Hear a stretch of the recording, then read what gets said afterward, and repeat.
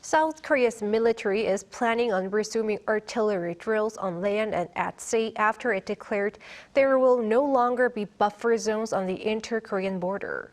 When asked whether this means termination of the military pact with North Korea, the Defense Ministry said consultation is needed. Our defense correspondent Choi Min-jung explains. The South Korean military recently announced that the buffer zones set up along the inter-Korean border are no longer effective following North Korea's continued artillery fire off its western coast. The buffer zones were set up in 2018 when the two Koreas signed an inter-Korean military agreement to halt hostilities near the border. First, on the ground, a 5-kilometer buffer zone was established in the north and south from the Military Demarcation Line. Here, artillery fire and regimental or higher-level field maneuvers were suspended. In the maritime buffer zone at sea, all coastal and naval artillery as well as maritime exercises were banned.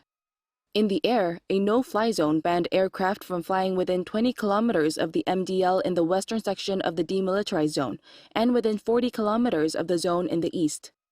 For the first time in 6 years, South Korea last week conducted artillery drills within the maritime buffer zone in response to the North's artillery firing.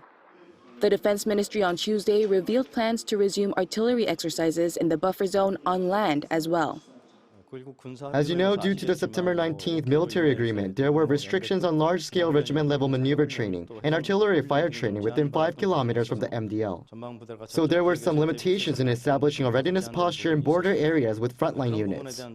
I believe that such issues will be resolved and each unit will be able to train in better conditions. However, when asked if the abolition of the buffer zone means the termination of the inter-Korean military pact, the ministry said this is an issue that requires necessary consultation between relevant ministries.